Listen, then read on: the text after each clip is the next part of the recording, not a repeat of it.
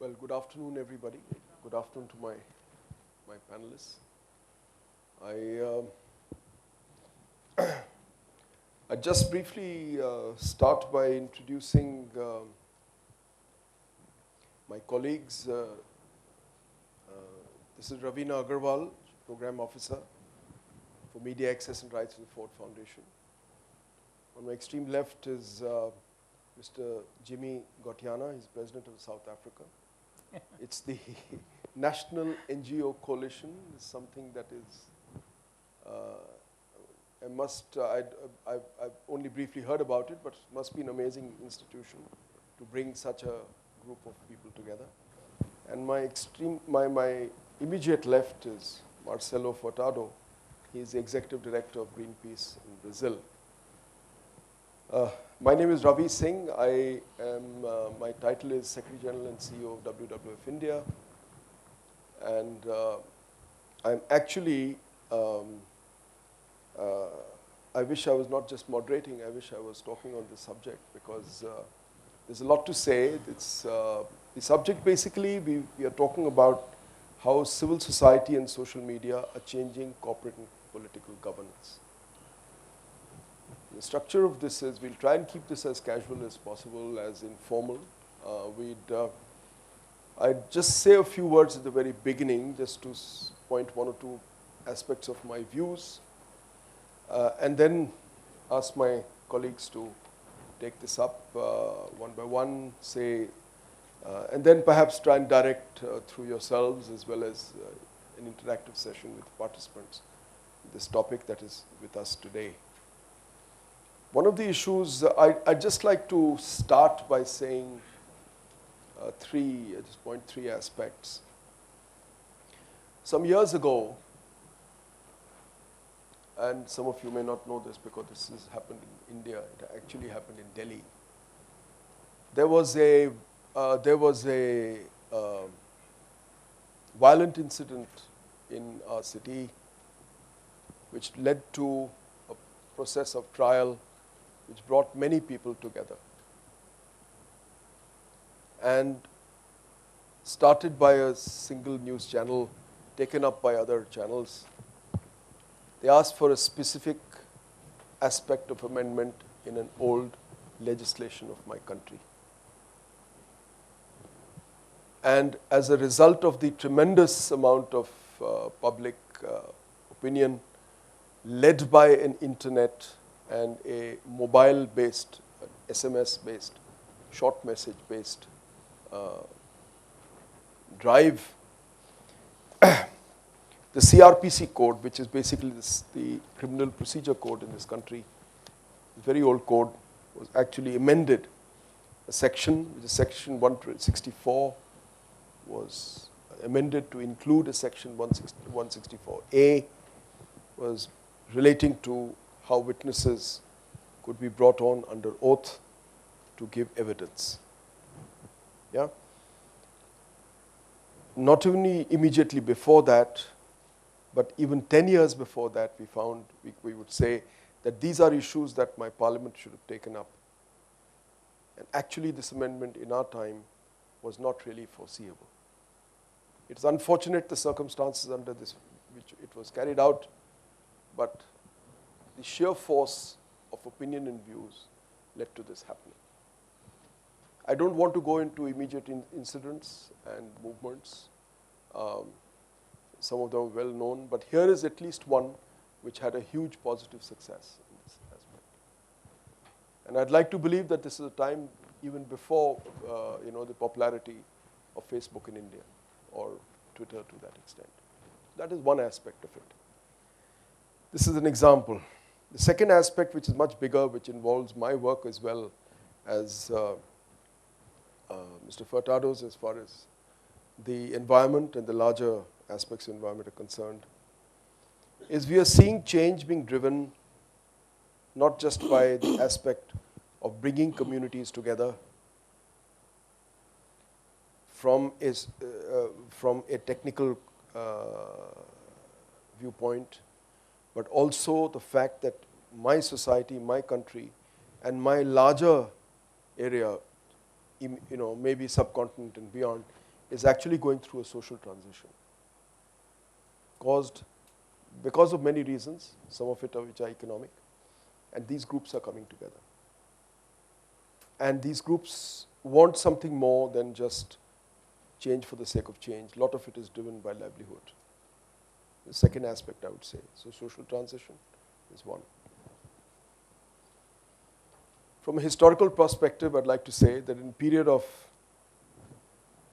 if you take our history of mankind going back to the last 5,000 years, the nucleus of the family had by then evolved from a hunter-gatherer basis to small settlements and to some extent medium-sized cities, or what we would call them as townships.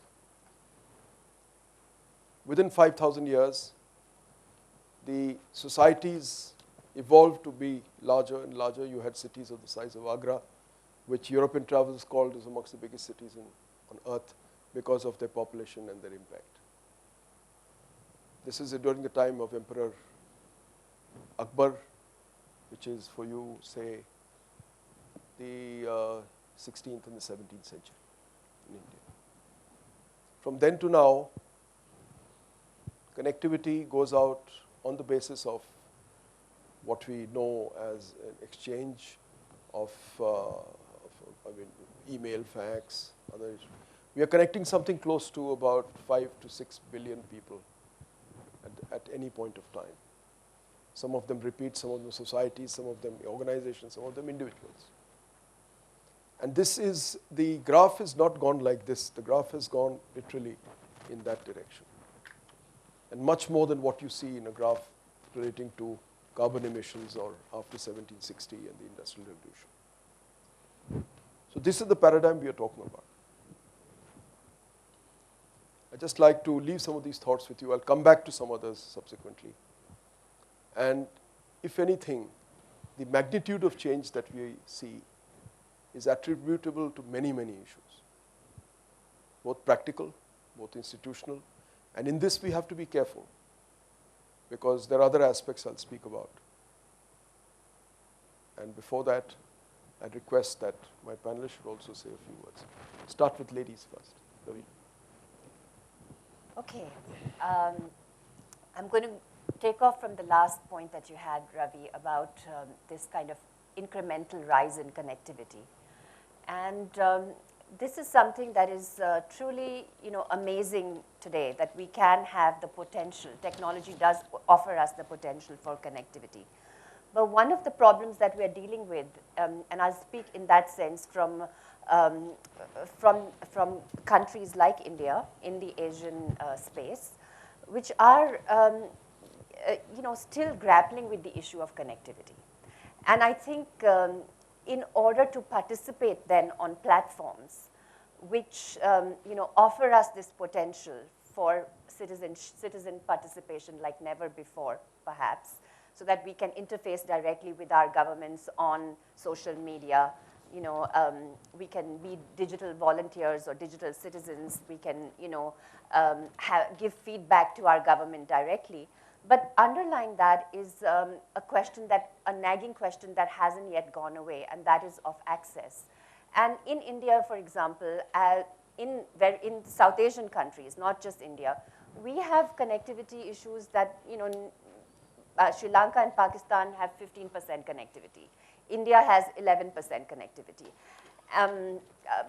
I think Nepal probably has 9%. So, we are still talking about a huge segment of the population that isn't on these platforms. And the answer that we are given often is that this is going to change. Automatically, it's going to get better. And yet, since 2010, we've already seen India slip from 116th to 119th in terms of internet connectivity. So I think that we need a new imagination and a new push for inclusive access, because otherwise the kind of participants we see in the democratic space that technology allows will continue to be urban versus rural. There'll be a gender to it. It'll continue to be more men than women, as women are sometimes not always able to access technology.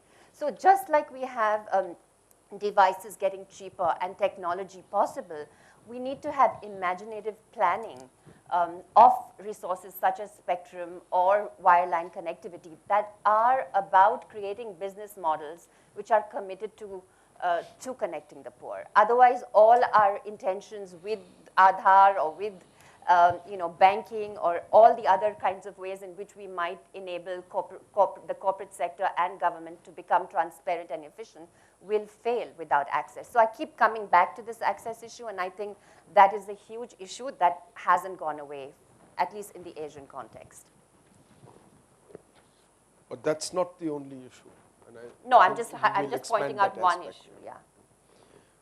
Jimmy, would you like to say something from not just the geographic aspect of South Africa, but also much wider, how you see your area? Thank you very much, Ravi. I think it is an utmost pleasure for me to touch base with audience of your caliber. I want to start by first saying that civil society, by its nature, diverse and wide as it is, but by its nature, it's an advocacy and lobbying bodies. I'm saying this against a backdrop that to us, media and information, it's a necessary communication tool. Not only a tool, but a platform that we think we are using to ensure that the message spread across to everyone. I will cite here a very typical example of the power of dissemination of information. Currently, the global civil society movement is embarking on a program, on a campaign called Campaign on People's Goals for Sustainable Development. It's a campaign that will ensure that the post-2015 development agenda, in other words, the new development paradigm that we're all yearning for, should be encapsulated, in other words, it should encapsulate the views and the inputs of the ordinary people. And through that campaign, we are able, for example, I'm based in South Africa, we are able to touch base and link up with colleagues in various places. And I think it has been a most effective form of networking, where we mobilize not only our partners, but communities, because this information must ensure that it reaches out to everyone. It should reach out to all the countries in the world, to most vulnerable groups within our countries, including the rural and remote areas. So through the social media, we've been able to effect that kind of message. And I think it boils down to one thing, that the voice and the views of the ordinary people, it is important that they're the one that shape the trajectory that we're all aspiring for. Now, through using this form of a tool, we are able to garner support in areas that we thought people will be intransigent. We'll be able to reach out even to governments, as well as to corporate businesses, to ensure that they buy in, they provide support to us. And some of the invited space provided to us we've been able to make use of it through using the social media. So it's been a very interesting revolution to us, in that we are able to use it effectively and to reach everyone. Thank you. Thank you, Jimmy. Marcelo would like to say something on, sure, not necessarily geographic, but what yes, larger advocacy issues. Yeah, thank you. Well, first of all, thank you for the invitation to be here. And I normally believe that if you're putting the time to be here, it's good that you get something out of it. So I want to be a bit provocative on the issues we're touching on from both sides, so you can take something with you. And the first provocation I would do is, for me, actually, the discussion of social media, internet, and all that is simply a tool. It's a new tool, has a wide impact, but it's only one more additional tool for us as society to see change. And while I can give you a lot of good examples of effective ways of changing policies and corporate behavior using the internet and social media, I would say that it stands still true that the value of this tool is only accurate if you get people to go beyond the click to real activism. So let me give you an example. We had a campaign recently on water pollution in China. And we found out that a number of textile companies and fashion companies were involved on purchasing goods manufactured at this facility in China and commercializing it around the world. One of them was Zara, a Spanish company. And we initiated a campaign targeting each company separately. And while Zara did get a lot of emails in Europe about their behavior in China, in Brazil, we succeeded in 2 weeks to get 100,000 people to sign on a letter against this case, which I repeat is a case in China on water pollution involving a Spanish company. After talking to the company, we learned that the fact that there was such a response in such a critical market for them, meaning Brazil, it was a very clear indication that this was a global problem and that their brand reputation was at risk. They actually did not intend to have that problem. What we're asking is a commitment that they would change their manufacturing by 2020. And we also wanted to change things in China. And it's a much different way that you go around than if you just go on a traditional confrontation of shutting down the pipe in China, where the way you would do the activism would be considered challenging to do that. All to say that it was important to get the 100,000 people to sign on this petition. But was really behind this is the fact that the company either realized or was not willing to bet that the people that signed this would then, as consumers, would actually exercise their protest by choosing another brand or choosing another product. So I'm going back to the fact that change happens in society when people are really willing and ready to take their concerns into real action. And then comes what I think is the second and even more important issue for our discussion beyond the tool of internet and social media, which is what is the struggle for civil society within our emerging economies. And I think one of the paradigms we have is that we're talking about a new reality where in the emerging countries we have strong government, strong corporations, but civil society is not strong enough to counterbalance that. So let's say either weak or fragmented. While you have sales increase, GDP increase for the two first players, you don't have necessarily society from our own country funding civil society, organized civil society in our country to be a check and balance. So we have an issue of how much our own society is willing to fund our civil society to present that counterbalance. I think the answer to that will be a challenge for us as organized civil society to become more effective and more responsive to people's needs. But on the other hand, we also have a challenge here because of social media and internet, which is if you want, you can be the disorganized civil society as well. You don't need necessarily the organized civil society channel. But when negotiating with corporations and governments, guess what?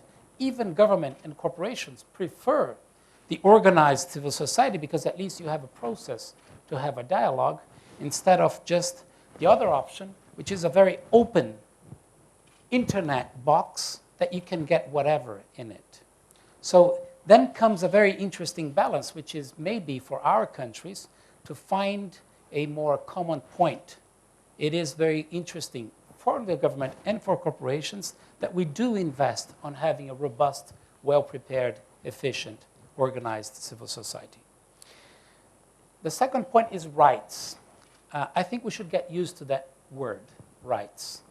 Because as people move from poverty to being able to become consumers, we need to bring them to the third level, which is to become citizens. So I joke a lot in Brazil, and I say it's pretty good that we got 40 million people out of poverty that now are able to participate in our society at large and consume. But now that we taught people that they can eat, we need to tell people that they can think. And we need to do the investment on education and citizenship. So we have people that can demand rights, but that can work on society with their things, their ideas and their thoughts, and not only with their consumer needs. So get used to the word rights, because as you empower people, they will want water, they will want electricity, they will want services, they will want a government that is responsive, they will want corporations that are responsive. And the final and ultimate point is what I'm calling another glass. And the reason I'm saying this is because since yesterday, as I'm hearing the debate here, I have a feeling that we are most of the time talking about if the glass is half full or half empty. And the measure of half full, half empty glass is on a GDP basis. But guess what? Most people out there in the real world, they're not interested in GDP. They're interested in pathways for moving from not having access to whatever it is, education, jobs, food, electricity, to having access to it. And I can tell you that in my country, the fact that we didn't have a great GDP rate, but we do have a high employment rate, resonates much more with people than the GDP. So then comes the question, which is, maybe we're discussing the wrong glass. And it's not about being half full or half empty. It's about being a new paradigm shift. It's about being a new economy. So the question I would pose for us here, thinking as with social media and the power of internet to connect people and ideas and work together, is why are we still discussing if India or Brazil will be a major producer of oil and gas in 2030, when we know that due to climate change, we won't be able to be burning that fossil fuel. So let me go backwards. If we know that, why are not we making a major development program on renewable energy on an inclusive way where we're actually generating jobs, generating the skills we need for a workforce on a new technology that will be a perennial technology? Because if our governments invest on producing thousands of oil and gas engineers that will have no job in 10, 15 years, we're making a big mistake. So when I'm talking about the new glass, there is a lot of talk about the new economy, circular economy, sharing economy, but we are not having that conversation. By we, I mean we, Brazil, India, China, Africa, and yet we are pretty much the source of this new economy with our environmental assets, with our workforce, with our raw materials, you name it. May I just intervene here just to say that now there are three different aspects coming out of this conversation. One is with regard to ability of different groups, humans, to reach out to groups in different parts of a nation or a continent. And that I mean, coming from you, Jimmy, the entire rise of democracy in your part of the world, the empowerment of people. I mean, I understand how important it is, because this is something that happened in my country some time back too. And here we are, at the same time, we're talking about the fact that connectivity is also important. And this is a sort of a broken pattern in a carpet, and we need to bring people together and provide access. And Marcelo is talking about the fact that it's not just the ability to access this. It's also that the paradigm is beginning to change. We're not setting the change bar high enough. And maybe we're not talking things that if this is where we want to go, then this is what we need now. These kind of things. Now, this is the world in which we live in, the society in which we live in right now. I'd like to ask all of you to just try and look at one or two points that I have in mind. And this is, I think, for the group important. More than connectivity, to a lot of us who work in civil society and say in my organization working on things like energy access or aspects of water or forestry or wildlife, the impact of having feet on the ground is important, number one. It's more important to have feet on the ground who are intelligent and who have knowledge of what they're trying to do. Meaning they know the future, they're trying to help with the improvement of what we are and going to that way. So knowledge and access. You'd like to, Yeah. I think this is something that you would like to. Absolutely, absolutely. Absolutely. Access or internet access cannot be an end in itself. No technology can be an end in itself. Technology can always be used and abused. So this is not to kind of overemphasize either the internet, and not even to emphasize it over other forms of media, which actually the campaign that you talked about that caught the attention of the government and changed our criminal code was also a television-led campaign. So we have a growing media industry where television and broadcasting still haven't peaked. So we are finding that's where people are today as well. So this isn't to deny that access when we talk about something like the internet, that we need to prioritize that above everything else. But we are talking, the reason I brought it up because of the topic in terms of social media and how that might propel us towards a different kind of mobilization power, is that we can't have that power when so many people are not participating in that space, is the first thing that I want to say. And I think that in India, often when I'm at fora, I'm often asked, but why are you talking about the internet when people don't have food to eat? It's not an either or. We're not stuck in some evolutionary model where first they will have this, then they will get lower power transmitters and analog, then we can talk about digital. Technology has leapfrogged, and people are using it in very different and creative ways. So to ask whether it's relevant or not is irrelevant, in my opinion. We are committed to principles of universal access. We have Article 19, which is freedom of expression, and we need to act on that universal access, just like we wouldn't question today whether writing is important or not. We all agree that it's important and you need to be literate. But you can argue that writing is also just a tool, that we have interpersonal relationships that are more important. Just a little context.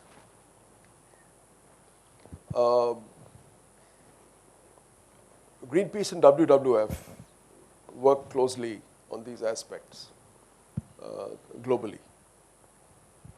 And I can agree with some of the things that we have seen success as a result of this. Sometimes by taking a view, making an opinion, even though it may not sound to be in line with the rest of the crowd.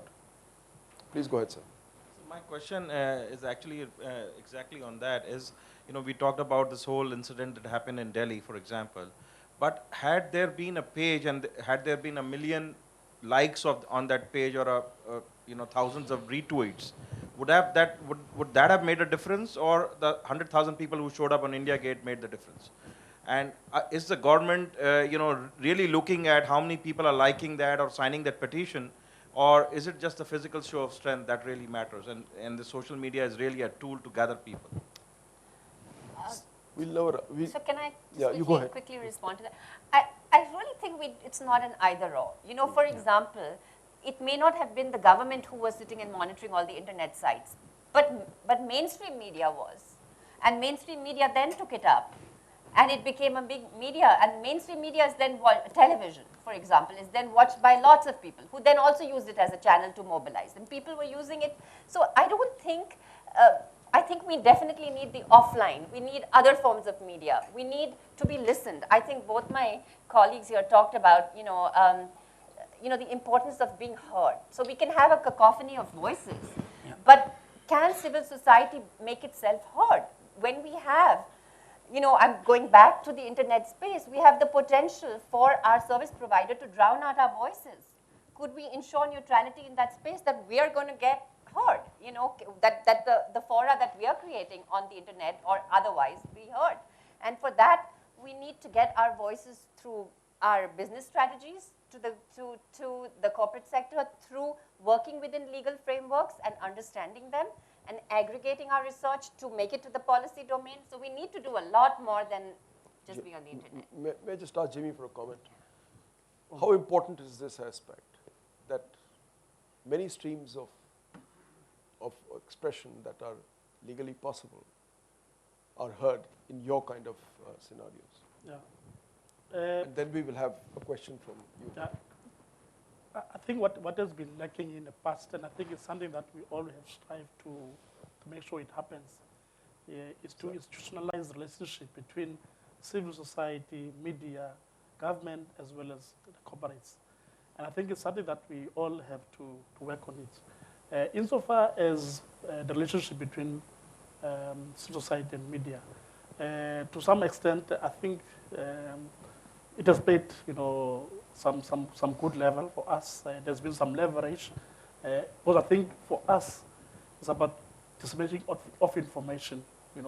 It's a tool that we think is effective that we've used, but again, it needs to be managed in a way, because some of these medium platform, can Glad you said that. can send a wrong signal, which will distort what you want to achieve. Yeah. So we have three questions, 1, 2, and 3, and we'll come to you, sir. My request to some of you is just keep this in the mind. We've not yet discussed the role of the judiciary, and some of you might want to make a small comment on it. Ma'am, go ahead. Okay, so there's no debate on how powerful this platform is, and my question is more on ethics, and Ravina, you did touch on that. Put your mic, ma'am, closer. How do you promote good behaviors in social media? I think that's so important, that there should be some kind of a cult or some kind of a messaging that goes around to promote good behaviors. So my question is to all of you, how do we do that? Start with a good moral science class in class 5, maybe, which no longer has. Go ahead, please. We have a code of, say, journalist ethics, right? So if we are investigating something, we might refer to other forms of communication and what is ethical practice in those forms, and then incorporate it into coming up with a new code of ethics for the internet. And I think a lot of that work is already afoot, and we should join in those fora to have our views heard on, how we might shape those understandings. But ethics will not be uniform. It will be contextual. Yeah. And if I can give you an example, we had a big debate in Brazil on the forest code last year. It was a very vicious debate because it was basically you were pro or against the forest. And a House of Representatives, a very important House of Representatives, started attacking Greenpeace on a very aggressive way. And normally, we would have to go and defend ourselves. I would have to go and give interviews, write op-eds, and all that. In minutes of his quote coming out, the internet society, the society that is present on these blogs and all that, they started saying, that's not true. What you're saying is not correct. Look at this, or saying, this is absolutely inappropriate because you were never attacked on the personal level. So we actually didn't have to do anything. And I think this is a very important thing for us to consider, because while I think processes and proper codes are very valid, I think we also have to trust our society to, in many ways, be the upholders of what you call the moral ground, because that shows how effective we are as human beings to leverage and to raise the bar. That's about the larger conscience of society, I think. Yeah. Sir, may I? Okay, go Yeah, first. I'm Dr. J.C. Batra. I'm One, a senior advocate, two, Supreme and then Court. Yes, sir. You mentioned about judiciary. Yes. Thanks to Indian judiciary, we could get out some scandals in Commonwealth and in 2G or 3G spectrums. And the social media and the main media was actually sold out to the corporates. It was only few individuals who filed public interest litigation, and the Supreme Court was, vigilant enough or independent enough to appoint a special CBI investigation. So media is sometimes actually sold out to the corporates, and the corporates want their business. They want to actually make profits, not to serve the common man, not to strengthen the democracy, not to have the empowerment of the public. So media also sometimes is owned by the corporate, and with the result that the common man is not empowered. So it's very important to have an independent judiciary and also a committed lawyers who can really look after the interest of the common man. People like Mahatma Gandhi, he actually stood up against the British Empire with a commitment that I will defy every law which exploits the common man. Whereas very few media people or media has entered into that sphere. And even this social media, civil society is ill-equipped, not competent enough to actually face this corporate. Corporate can have a lot of money, lobbying, lot of other resources, which as civil society doesn't have that means. So I just, Thank you. thank you. I think this is, you put a very important aspect. For some of you, sir, I mean, those of you who from different parts of the world, I think the influence that the Indian judiciary has had also in the formation of the constitution, the way the counterbalance has been done, has also influenced a number of constitutions in other parts of the world. And this is the benefit of it, sir, to that extent. So may I take a question here and then here, sir? Go ahead. My name is Vijay Saluja. I'm a senior fellow with the Institute of Social Sciences. Internet is an excellent mode of communication, learning, and connectivity. These are the positive issues, a positive side of internet. But don't you feel, and I need the observations of all of four of you, that the internet has also brought female nudity right in the rooms and on the mobiles. And this, to my mind, is creating havoc in the society. And I feel Indian society is facing the music when you see so many sex crimes. To my mind, this is one of the reasons. And this is an excellent session where civil society and internet you're talking about. I would like you to comment whether you agree with me or not, and if you, how civil society can do something to curb this negativity which has crept into the society because of internet. Thank you very much. Let me go first, because this might be at variance. So I'm on the side of responsible. I mean, if you want to take it another way, I'm on the side of responsible censorship for precisely the reason that you have mentioned. I do not think our society is prepared or ready for this kind of situation. How we go forward with this, perhaps we can come around to that. But I think on this, Ravina, you go first, and then Jimmy, and then Marcelo. I think that people who wanted to have access to pornography had access to pornography. I don't think that the internet necessarily can be held culprit for spurring, violence against women and rape. I mean, we have enough of a history of that. Our judicial system will be able to answer that and say that that didn't happen because of the internet. We were quite ahead in how we, on ill treatment of women, irrespective of that. So, but I think that you're right, internet can be abused, and we have codes of ethics of interaction. So, for example, child pornography is not allowed. So, every technology will have codes of ethics and will have strict laws through which you can interface. So that's one. And second, it's getting good platforms it's encouraging and publicly educating people to engage and to produce good content that is different from the pornography sites, from only pornography. So I think we can participate in producing and viewing good content if we have access to it, rather than only the pornography. You go first and then we go Yeah, next. in my country, I think there's a case in hand where this matter has been raised by several organizations. But I think our view as a civil society in the country is that this issue needs to be debated. I think we need to explore, and find ideas from other people. But I think, as you know, that South Africa, is not only Christian, but accommodate all religious faith-based, And I think some of the issues, they do impact on societies. And I think it's something that we strongly advocate, that there should be views that are generated from everyone. But I think some elements within society, are pushing that it should be a matter that should not be used for consultation.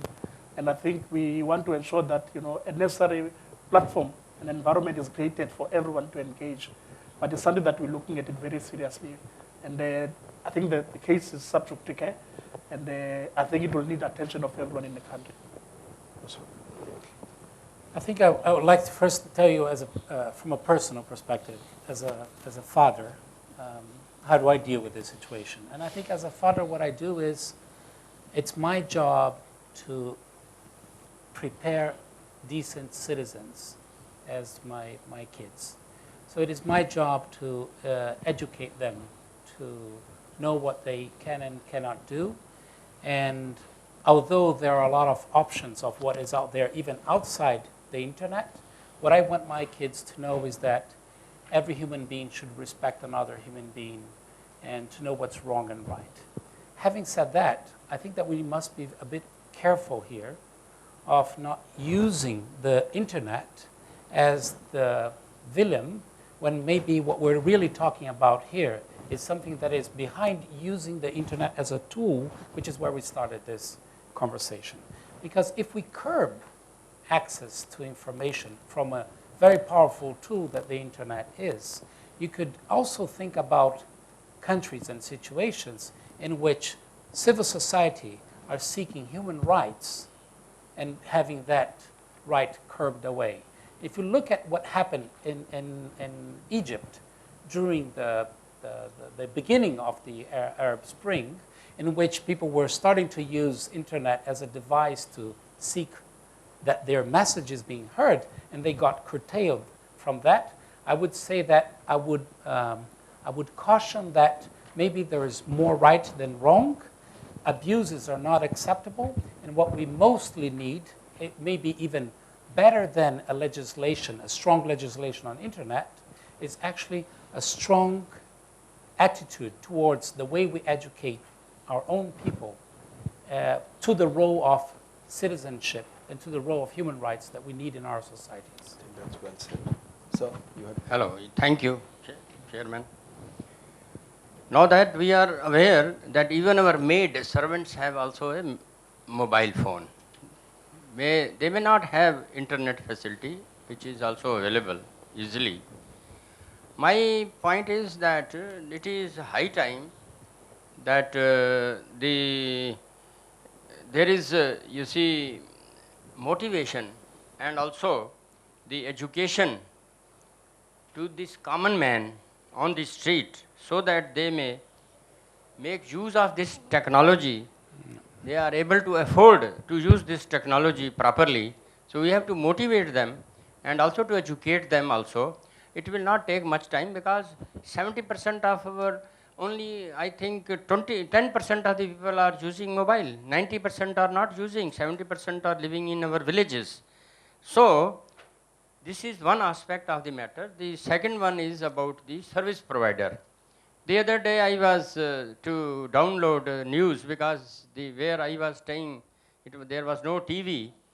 So to my surprise, I found in the morning, 5 o'clock, that I had downloaded about 2 lakh something in seconds, and the bill came about 2,000 rupees on that very day. So it is the duty of the service provider also to limit it to some extent to which the user is using this. Thereafter, I did not use this. I used the ordinary mobile, HTC I was using. So my 2 points are there, educating the people and also the duty of this service provider to limit it to the extent to which they are usually using it. Thank you. I think, They are happy to limit. Ravina, a short comment on on the response, and then we have a question here. Go ahead. Yeah, no, absolutely. I mean, I think mobile. Particularly access to maid servants. I mean, people who don't. Yeah, have I'm not going to go into maid servants, but I'm just saying for the poor in general, you know, we have a new space for access of 2G, right, which is voice and text. And as you heard in the previous panel, how do you get it to be about data? And I think that is an interesting question, and it'll happen hopefully sooner rather than later. And what was the second point? Basically, to have the service provider being more Service responsible. providers. We are now developing independent measurement tools, like we're working with IIT Delhi and I know the Department of Information and Technology is also funding them.